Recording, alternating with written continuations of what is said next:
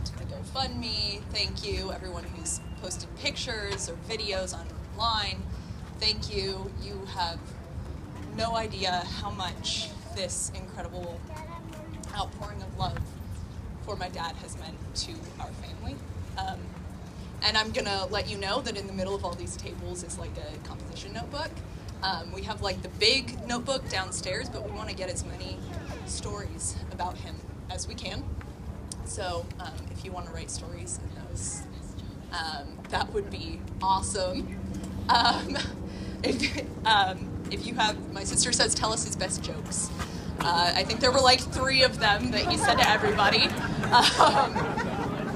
Can't talk about it, you know. That guy owed me $5, you know. I'm sure we all know them. But, you know, and just reading all of these things, it's been incredible to see how many people have been writing. Not just he was a great friend to me or he was an amazing person, but he was like my brother. He was like my father. He was my mentor. And I know a lot of you, I think I probably know maybe 2% of you actually, but a lot of you know him through motorcycles or work or whatever. So while I'm up here, I wanted to tell some stories about him as a dad. He was really good at making cakes. My sisters will attest to this. When we were little, our cakes were whole day affairs. They were like 7 layers, rainbow colors. He managed to put like entire Barbies on top of them and like lollipops spiraling up to the top. They were works of art. And he would do this for all of our birthdays every year. And he was really, really into it. When I was a senior in high school, I helped direct a play at my school. And as many of you know, my dad worked all the time. So he worked that day, got in probably one of your private airplanes, flew up to Nevada, came to my play, got back in that airplane, and flew back to LA because he had to work the next day. But he was there.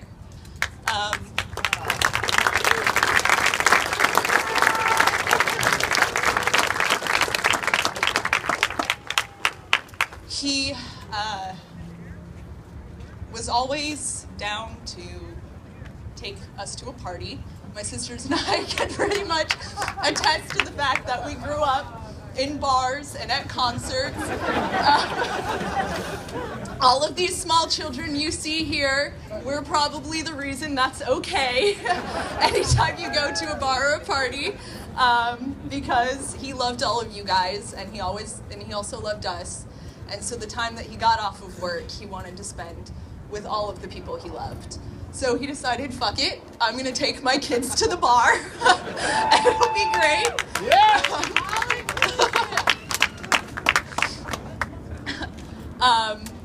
He would take us sailing. He took us on motorcycle trips. Hannah probably is gonna talk about her motorcycle trips, but we grew up on the back of motorcycles. And my cousins were growing up on the back of motorcycles also. The slideshow downstairs has some awesome pictures of my little cousin Ian in a helmet bigger than his body before he got on a bike with my dad. I should have written them down. I had like 12 really awesome stories that I was going to share with you guys. And I'm just blanking on like all of them right now. But the point is that while you guys may know him as the hardest working man in show business, or as the guy who did the cannonball every year, or who had the motorcycle that won Born Free, he was the best dad that anybody could ever have asked for. He was always, always there, no matter what you needed.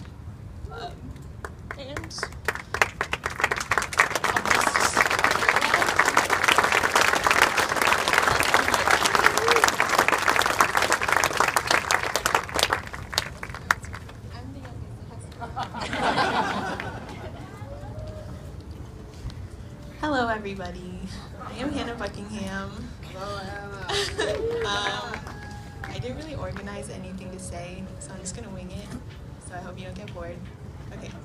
So when I was younger, I didn't really like understand my dad because like he didn't really like say any words to me ever. Like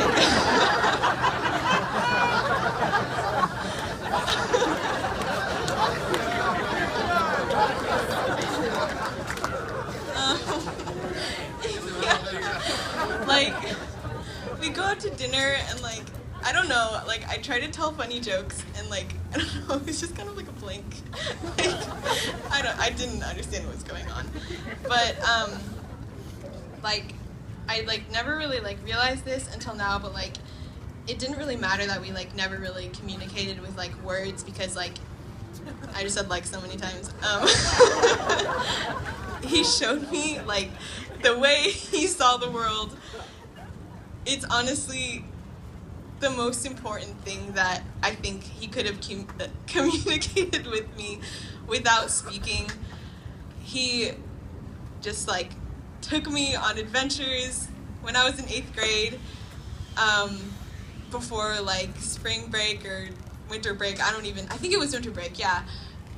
He decided we were gonna go down Baja California on the motorcycle, and I was miserable. and then we like tried to go from New Mexico back to California and just crazy stuff, and I really just did not like it at the time, but through that and also like through helping him when he was working like gripping, I'm not a master grip, but I would carry things if he told me to. Yeah, I started to see the things that make those things special, like why he wanted to do them. It's like not about like sitting on the back of a motorcycle and be like, oh, my legs hurt, it's cold, oh, this sucks. Like you have to like look out at what's in front of you and really experience something in a way that's not something that you can really capture and like share with other people. Like it's something that you internalize and it like changes who you are, and just I don't know, he was amazing in that way. And going to Vietnam with him too this past year, like we biked through the country on the kind that you pedal, not with like an engine. And at that time too, I was like, I'm sweaty and I'm hungry and I want to go to sleep. Why are we doing this? But he would point out to like this beautiful like sunset over a rice paddy and then make me realize, like without saying anything, oh, like life has so much to offer. And sure, it can be dangerous at times, and there's always going to be like a motorcycle accident, or even if you're not doing something dangerous, like you could be walking down the street and something could happen. Like you can't let that stop you from truly like going for what you want to do. Yeah.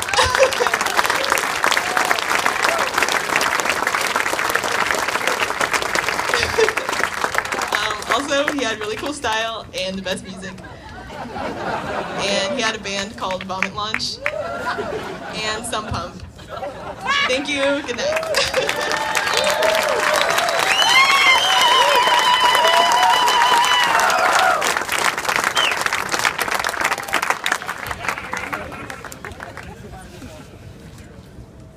I wrote something. I feel over-prepared now. But I didn't edit it. Did not spell check. It is 3 pages double-spaced. Okay. I hope this makes sense. I wrote that down also.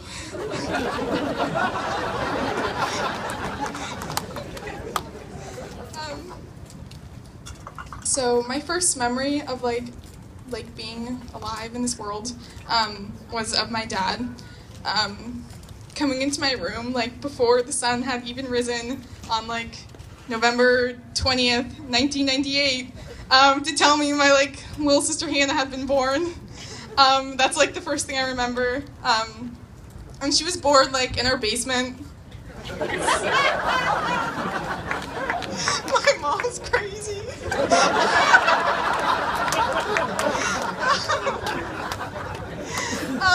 And I'd been like sleeping upstairs peacefully, And I just remember, like, my dad, I've never seen my dad happier. Like, he was so excited. He was, like, electric. And, like, he was, like, so alive. And the look on his face when, like, I went downstairs and, like, he was looking at Hannah. It was just, like, I don't know. I'd never seen him look, like, more alive. So like I've like totally adored my dad since I was a little girl. Like I was daddy's girl and he was like a girl's daddy. Like like everything about him, like he was the like most fun dad ever. Like he let us dress him up in dresses and like give him fake boobs. I'm sure a lot of you guys have seen him in his dress. Yeah. We used to like when he had his goatee, we would like put bows in it and like hair bands and like braid it. And you know he never got mad at us. Yeah, pedicures. He took us for pedicures all the time. Like he took us for pedicures up until like a year ago. Like. You know, if the occasion had arisen, like, he'd always down for a pedicure. Mani-pedi. So while I was growing up, like, everything with my dad was always, like, playing, and everything was a game, and everything was, like, an occasion for, like, joy and an occasion for laughter. Like, the whole time. I have, like, no sad memories from when I was, like, a little kid. But as I got older and like life got more complicated and like my parents divorced, he began like working a lot more and like we began spending less time together because you get older and like, you know. So when I got, like eight or nine, I began like having problems with my dad. And feeling like he worked too much. And feeling like he didn't spend enough time with us and didn't spend enough time getting close to us. Stupid dad. God, I'm wearing organic mascara. It's a disaster.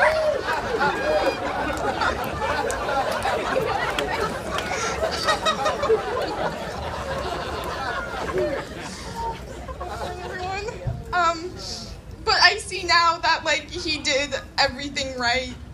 Earlier this summer, long before my dad's last motorcycle ride, I broke my back, which left me a lot of time for contemplation. So before my dad was even gone, I, like, had this, like, profound, like, moment of realization that, like, I wasn't mad at my dad anymore. And I knew he loved me, and I knew he would always be there for me when I needed him. And he never neglected me, and he never ignored me. And he was never going to.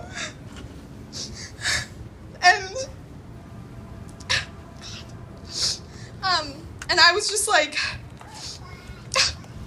thank you. This is stage one.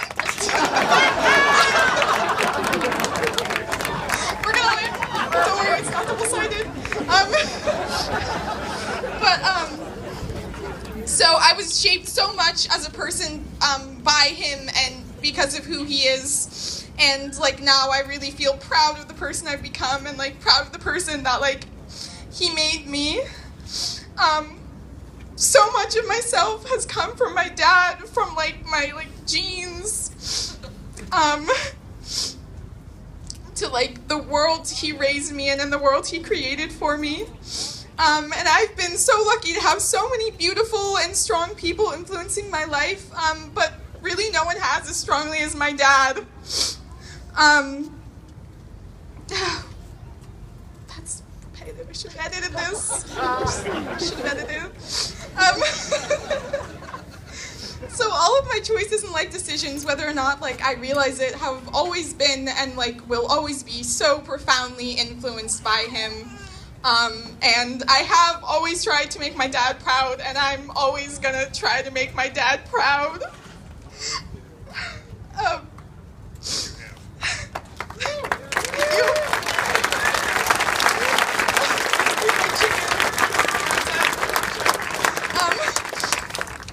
So I already said, like, my dad was never mad when I messed up, and he always, like, took care of me, but he always allowed our choices to teach us the lessons.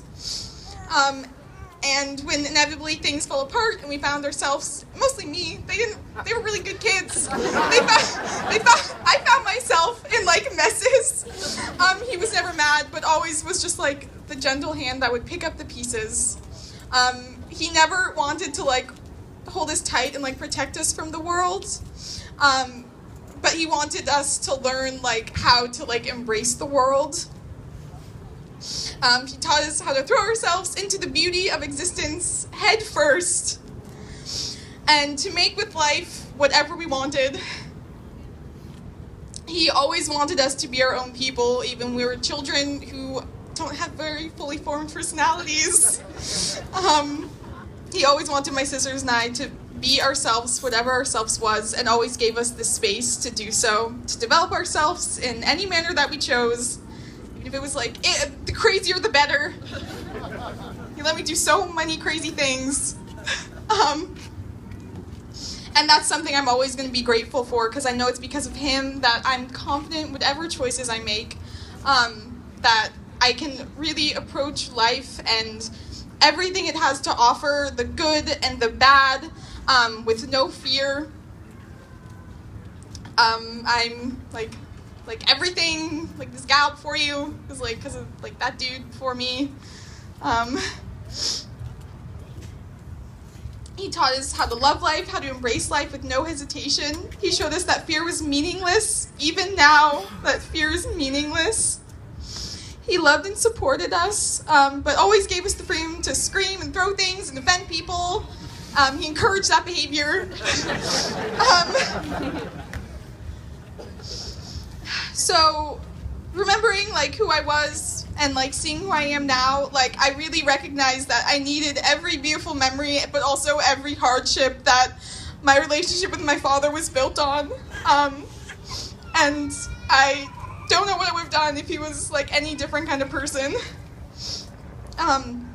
In a way, my dad gave me, and I think all of us, like, all the tools we'll need to deal with his passing. He taught me to face life with acceptance, that we can't control things and sometimes bad things happen. His last words to me were to not worry about little things. And also he loved me. He said that too.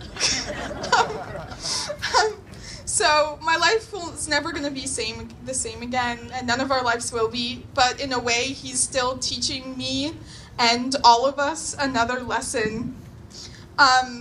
One, it's difficult to accept, but that loss is just a part of life, and it's unavoidable, and it makes you stronger, and you need to accept it as much as you would any of the good things. There was no gaps in my dad's preparing me for life, and I miss him, and I'm always going to miss him, but I have, like, pride in, like, the strength that he's given me.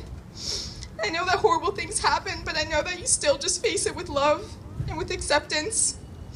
And even more, my dad, like Courtney said, our dad was just, like, always our dad to us, but I'm realizing now, with, like, his passing, how much he meant to so many people. Like, I don't know most of you, like, and it's crazy that there's this many people here. Like, I always knew he had a lot, like, it's crazy, we're all crazy.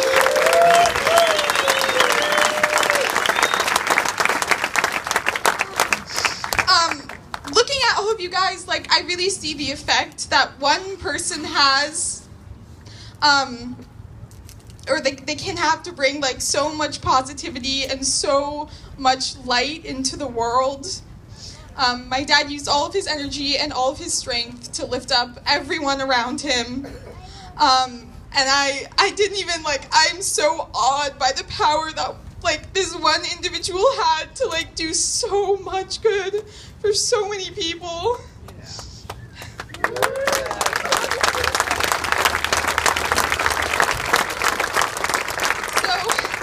My dad's last lesson to me is the power that, like, I have and the power that we all have to really make this world a better place for just the people we see every day, for everyone we interact with, to hold our arms open to them and to all the people around us. To show me that love isn't earned, but it's just given selflessly to everyone. And we each have the power to make our own light. My dad, as we knew him, is gone, but he'll stay with us forever. Every lesson he ever taught me is constantly operating inside of me. He's still taking care of me through the wisdom and the experience he's given me. I don't feel alone, I don't feel abandoned, because my dad is still living on inside of me, inside my sisters. It's the last page. Their confidence, their energy, their excitement, the passion in their eyes, and like their constant grasping towards adventure, and the thrill to be living just another day, and the thrill in the sunset and the beauty around us.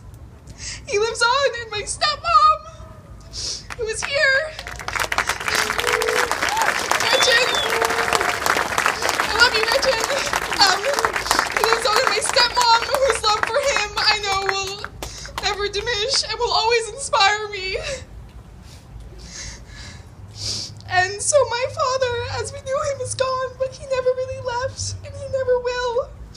He was a star in this world, and his light's never gonna stop shining. I wrote a haiku. I'm done, I swear, it's a haiku. Okay, let's close it off. I miss you, you stink. I don't know why I'm reading this. You forever influence my fashion choices. That's it.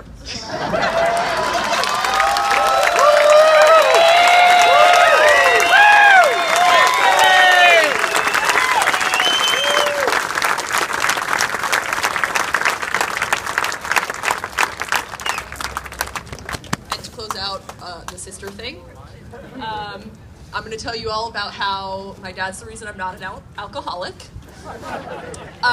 So, you know, like most parents' strategy when it comes to like their kids and drinking is like, don't do that until it's legal. My dad was not. So one of my favorite stories of my dad was one New Year's. We were in San Francisco, and we've been walking around the city all day, and I was just really tired, and we got back to our hotel, which was like a really, really crappy little hotel above Betty Boop Diner. And I just like went to lay down, and he comes in and he's all concerned, and he goes, "You okay, kid?" I was like, "Yeah, I'm fine." "Are you sad?" "Nope." "Are you upset?" "Nope." "Are you feeling sick?" "Nope." "Are you annoyed?" "Getting there." "Do you want a beer?" "Sure." I was 12. There's when I was 10 maybe, one Christmas, we were all sitting around the table, and Gretchen was introducing us to Tuaca, which is to this day one of my favorite liquors. And remember, I'm 10 or 11 years old, and so all the adults are taking shots above the table, and our cousin, Amy Louise, who's over there, was sitting at the table, and she's very disapproving of underage drinking. So the whole night, my dad was secretly passing me shots under the table, and I was dropping my fork so I could drink them secretly under the table. So just a lesson to all of the rest of you parents out there, normalize drinking when your kids are young. Now if anybody else has... Oh. All right.